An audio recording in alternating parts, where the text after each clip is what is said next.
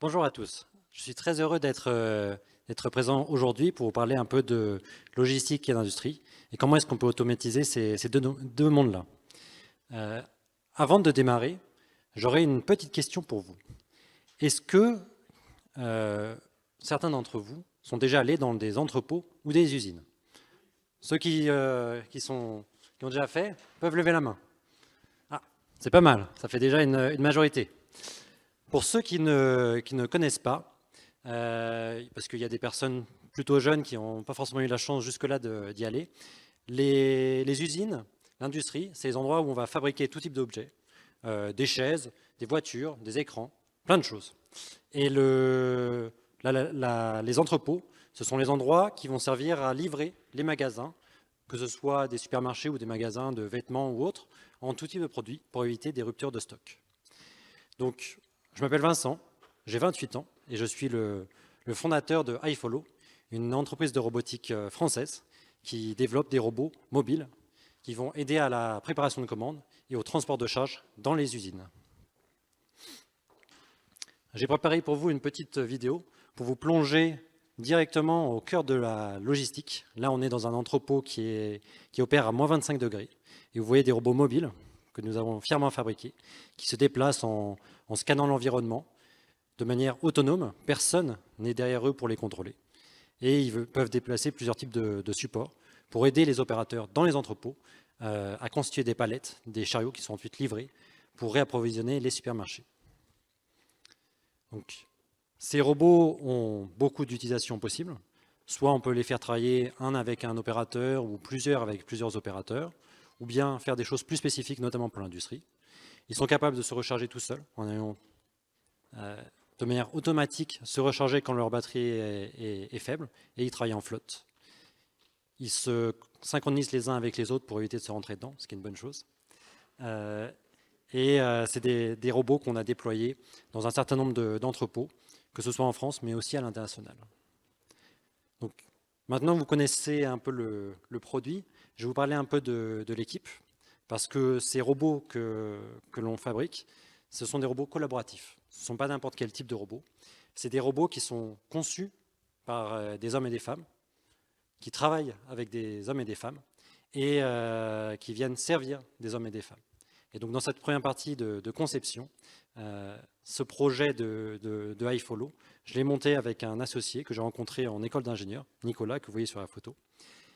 Pour la petite histoire, je suis meudonnais et j'étais avec Nicolas en école d'ingénieur à Rennes. Et donc du coup, je faisais des allers-retours réguliers entre Meudon et Rennes. Et donc à chaque fois, je tirais ma valise quand j'étais dans le TGV aux différentes gares. Et donc un beau jour, je me suis tourné vers Nicolas en lui disant « Écoute Nicolas, j'ai une idée de dingue. On va faire des valises suiveuses et on va les vendre. » Alors c'était une idée catastrophique parce que ces valises n'étaient beaucoup trop chères, interdites dans les gares et les aéroports, et donc le marché était inexistant. On a néanmoins continué pour voir notre projet, pour voir où est-ce qu'on pouvait appliquer notre technologie.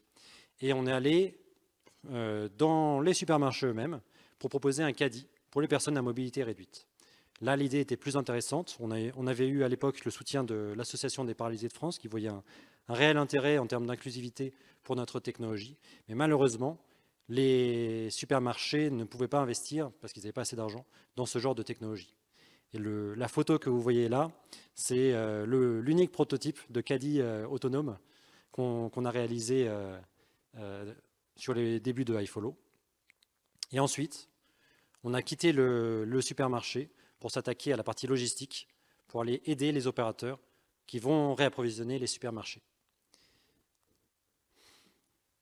De cette première équipe que nous formions, Nicolas et moi, beaucoup d'autres personnes sont venues nous rejoindre. En 2017, nous étions 2 personnes. En 2018, un an et demi après, nous étions une petite quinzaine. Donc l'équipe est déjà bien grandi.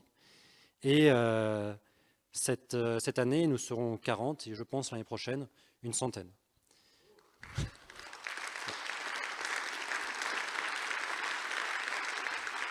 Merci, merci. Ce qui est intéressant et assez quelque chose qui me touche toujours aussi autant quand j'y pense, c'est que on voit plusieurs parcours au sein d'une entreprise comme ça. Au départ, on se dit qu'on a un super produit technologique avec des clients, on est content. Mais en fait, on se rend compte que le temps est long et que on passe par plusieurs stades de maturité au sein de iFollow, de mon entreprise, et que certaines personnes qui étaient avec nous au début sont toujours là et ont monté en compétences et continuent à assumer des responsabilités qui sont fortes. Donc il y a une vraie évolution, ça c'était vraiment très appréciable. D'autres personnes qui étaient là au début, pour plein de raisons, sont parties parce qu'elles ont préféré rejoindre d'autres projets notamment. Et d'autres personnes nous ont rejoints plus récemment et sont très heureuses de rejoindre l'équipe pour nous aider à faire de ce projet un beau succès, une belle aventure humaine. Parmi les événements qui sont toujours appréciables, de temps à autre, j'ai un de mes salariés qui vient me voir en me disant Vincent, je vais partir en congé paternité dans pas très longtemps. Donc il y a des beaux événements aussi qui se passent. Et c'est bête, mais c'est des choses auxquelles on ne s'attend pas du tout quand on crée une entreprise. Au départ, encore une fois, on pensait faire un prototype, un objet super techno, mais en fait, plus le temps passe, plus on se rend compte que l'équipe qui porte ce projet a fait vraiment toute la différence et fait l'intérêt principal de ce genre de projet. Derrière l'équipe, il y a vraiment un défi technique qui est exceptionnel. Quand vous voulez faire des robots autonomes et que vous n'avez aucune expérience, c'est compliqué. Et donc, toute l'équipe qui nous a rejoints jusque-là nous a permis d'arriver à des robots qui sont opérationnels, à la fois sécurisés, mais aussi efficaces, parce que c'est bien d'avoir des robots qui ne cassent pas les jambes des opérateurs, etc., parce qu'ils sont super sécurisés. C'est mieux que, en plus, ils puissent être dynamiques pour bien aider les gens et bien leur faciliter leurs tâches. Ça a pris beaucoup plus de temps que je le pensais. Ça, c'est vraiment une grande leçon d'humilité. Quand on a commencé iFollow, on se disait que dans un an, on aurait des robots opérationnels et qu'on pourrait déployer très largement. 5 ans plus tard, enfin, on a nos premiers robots qui fonctionnent correctement chez nos clients. Donc ça, c'est vraiment une grande différence et, par rapport à ce que j'avais prévu. C'est quand on commence un projet avec ce niveau-là de technologie, en fait, ça prend beaucoup plus de temps. Et la seule manière d'arriver à quelque chose de raisonnable, d'opérationnel, de réussi, c'est de bien s'entourer et d'avoir des gens qui sont heureux de travailler avec nous et nous qui sommes heureux de travailler avec eux. Donc, des robots conçus par des hommes pour travailler avec des hommes et des femmes dans les entrepôts. C'est un milieu qui est très dur. En fait, en tant qu'étudiant en école d'ingénieur, je n'avais jamais mis le pied dans une usine, jamais mis le pied dans un entrepôt. Et donc, j'ai vraiment eu l'occasion, avec iFollow, de découvrir ce monde-là. Et on se rend compte que c'est un monde qui est dur. Quand vous travaillez dans un entrepôt, vous avez à proximité de vous des chariots élévateurs qui vont déplacer des charges très lourdes, jusqu'à 1 tonne potentiellement, voire plus. Et ces chariots sont des monstres d'acier qui font jusqu'à 6 mètres de haut, qui font 5 tonnes, qui vont à 20 km/h et ils partagent le même espace que vous. Alors certes, il y a beaucoup de règles de sécurité dans les entrepôts, néanmoins c'est toujours un risque pour les opérateurs qui partagent ce même environnement de travail. Et donc nos robots, avec leur niveau de sécurité et le fait qu'ils prennent une partie du travail ingrate du transport de charge, permettent de réduire le nombre de chariots élévateurs qui sont à proximité des salariés des entrepôts. Et donc, ils permettent de réduire le risque d'accident pour les opérateurs. Ceci en plus du fait que le robot se comporte vraiment comme un assistant de l'humain, ça fait un travail qui est plus dynamique, plus agréable et beaucoup plus gratifiant finalement pour la personne qui a la chance de travailler avec des robots. Le marché qui est le nôtre, celui de l'automatisation dans les entrepôts, en fait il y a beaucoup de fantasmes autour de la destruction d'emplois. C'est pas ça la réalité que je vis au quotidien dans iFollow. Mon quotidien, c'est que des entrepôts, des dirigeants d'entrepôts viennent me voir en me disant « Vincent, on a un gros problème. On doit livrer un certain nombre de palettes à un certain nombre de supermarchés, mais comme on n'a pas assez de personnes dans l'entrepôt et qu'on n'arrive pas à recruter, on n'arrive pas à expédier toutes les palettes en temps et en heure. Et donc, en magasin, il y a des ruptures de stock.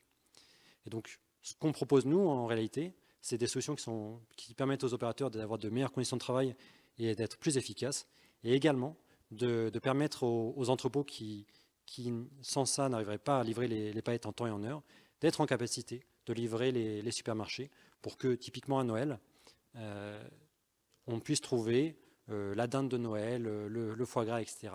Tous les mets qui font qu'on est heureux de partager des moments en famille. Et donc, du coup, ces robots permettent vraiment d'augmenter la productivité des entrepôts, mais le sujet n'est absolument pas de remplacer l'homme, c'est vraiment de l'assister pour qu'il ait un travail qui soit plus facile et plus sécurisé. On est dans un monde maintenant qui est globalisé, il faut parler un peu de souveraineté. On l'a vu avec la crise du Covid, parce qu'on n'avait pas la maîtrise, la fabrication sur notre sol de masques, on a eu plein de problèmes à cause de ça. Il y a une vraie nécessité en France de maîtriser notre technologie, de maîtriser notre industrie pour être d'une certaine manière autosuffisant. Et il nous faut atteindre une certaine excellence opérationnelle qui passe par une maîtrise de la technologie, une maîtrise de l'innovation, une adéquation entre ce que les gens sont capables d'accepter et ce qu'on leur propose. Et ceci, ça va être un travail de tous les jours pour chacun d'entre nous dans le monde de demain, de faire en sorte que la France, qui a de beaux avantages, qui arrive déjà à une vraie excellence opérationnelle, on la maintienne et on continue de la développer. Enfin, un petit mot sur le Made in France, parce que si le sujet d'aujourd'hui c'est quel sens peut-on donner à l'industrie du futur, moi je vous propose d'en donner un aujourd'hui et dans les mois et années qui viennent pour vous, dans votre lien avec l'industrie. C'est simple, c'est lorsque vous allez acheter des produits pour Noël ou pour votre usage au quotidien, regardez d'où ils viennent. S'ils sont made in France, c'est mieux, parce que vous participez à l'économie de la France, au fait que les matériaux viennent de moins loin. Si vous achetez en France, l'usine est à quelques centaines de kilomètres de chez vous. Si vous achetez sans regarder, ça vient d'Asie. Et donc il y a 15 000 kilomètres qui vous séparent de l'usine qui vous a produit votre bien. Donc pour Noël, allez chercher des objets qui sont made in France. Là, j'ai donné l'exemple d'un camarade de promo qui a créé Bob le lave-vaisselle. Il y en a plein d'autres. Et donc, je vous engage vraiment et très sincèrement à aller regarder ce qui se fait pour permettre à ces boîtes qui se développent de monter en compétences et d'arriver à être plus efficaces encore que ce qu'on peut trouver à l'étranger. Et enfin, je vais terminer par une simple citation de Saint-Exupéry, la deuxième de l'après-midi, d'après ce que j'ai vu. La grandeur d'un métier est peut-être, avant tout, d'unir les hommes. Il n'est qu'un luxe véritable, et c'est celui des relations humaines. Donc, pour donner du sens à l'industrie du futur, je vous propose de faire en sorte qu'elle soit demain de plus en plus humaine. Merci à vous.